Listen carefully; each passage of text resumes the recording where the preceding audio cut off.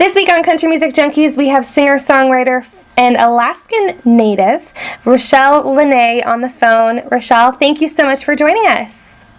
Well, thanks for having me. Now, we had a chance to meet just recently at the CMA Fan Fest in Nashville. How was your CMA experience?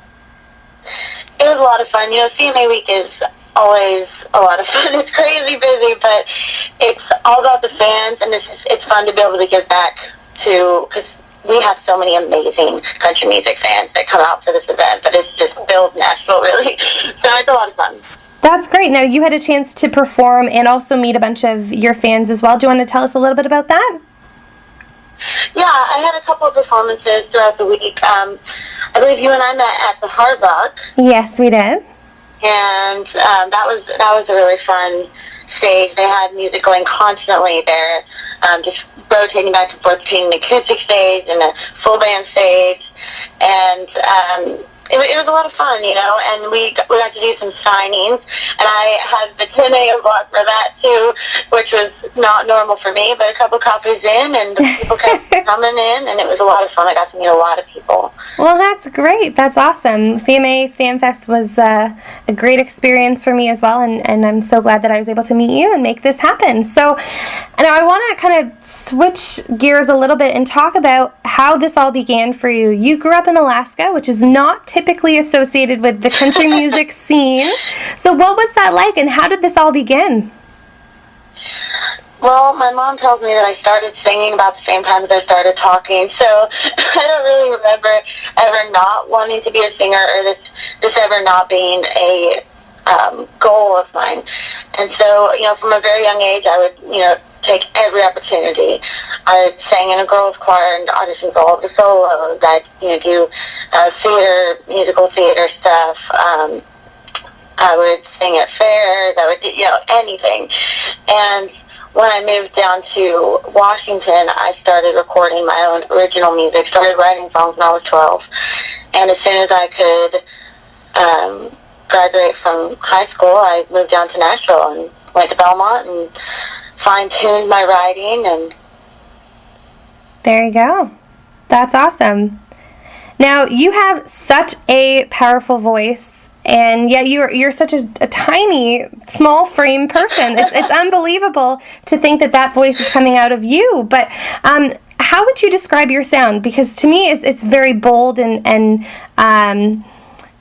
very kind of, you have a lot of spunk to your voice. But how would you describe how you sound? Well, at the very base of it, I stylistically am a country rocker. You know, with a little bit of like a bluesy influence. You can hear a little bit like a soul bluesy influence in there, but it's like without a doubt country. Mm-hmm. It's funny when I turn on the radio and we're just like singing with friends, a pop song would come on and they're like, "Rachele, this isn't a country song." You know. Oh, but, goodness. Yeah, that's what my sound is. Well, that's great, and that was very evident in your single "Party Till the Cows Come Home," which is a song that you wrote with singer-songwriter Jamie O'Neal. What was that like working with her? Well, actually, Jamie is she's my mentor and my producer now, and writing was actually the first way that we got involved. I had met her father and he's been in the business for a long time. His name is Jimmy Murphy. You know, when he was younger, he was opening for Olivia Newton-John and stuff like that. So, oh, wow. We met in Washington at the studio where I first started recording my original stuff, and stayed in touch. And then when I graduated, I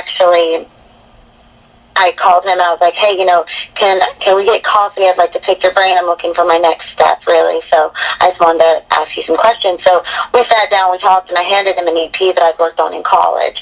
And I told him that if he believed in me, that he would help me. And he drove away and popped the CD in the CD player and called me within 10 minutes. And I was like, "Sure, I had no idea." And he set up a meeting with me and Jamie. Oh, wow. So, yeah, so that was pretty cool. The first time that we met, I was nervous, but I would be nervous. But she just, welcomed me with open arms, ended up jamming and playing all kinds of stuff that first meeting, and then setting up these writing appointments. And before you know it, she's producing me as well. And then her and Jimmy approached me about being the flagship artist for a brand new label that they had been wanting to start. That is so cool. That is unbelievable, and a great story of how, it all came together. That's really cool. Has there been any advice that Jamie has tried to instill in you about her experience in the industry? There's so many things that Jamie has helped me with that it's really hard for me to pick any one thing. Because she's an excellent singer. So I'd say that, gosh, if I had to pick one thing, we'll go more in a musical direction here for this one. But I'll be in the studio and she'll have this idea for a lick in a song. And she'll sing it to me, and I'm like, oh my goodness, Jamie, I'm not you. I can't sing that lick. And she's like, yes, you can. And then she'll just start playing it. Like, okay, go now. Oh, that's so great. So she's taught me to always push yourself to do something, even if you don't think you can do it. Like, always try. And she has yet to push me to do something that I couldn't actually do, even though I thought I couldn't. So that's been a really valuable lesson. That is amazing. Well, that's great. Now, let's talk about your new single, Fishin' for Something. You wrote this with Hannah Bethel, one of our featured artists. It is a great tune, lots of energy. How have fans been responding to it?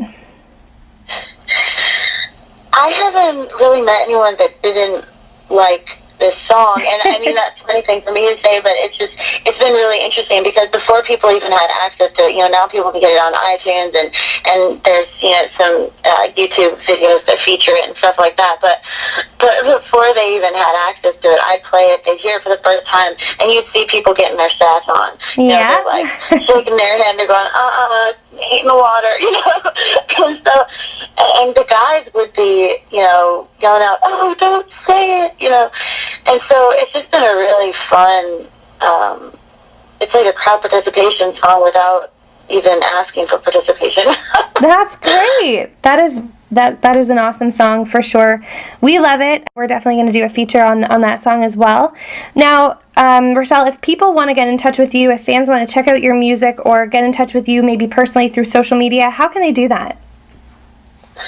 I'm on Facebook and Twitter. I also have a website and everything. We keep it really simple because my name is hard to spell, so it's like twitter.com/Rachele Lynae, RACHELELYNAE.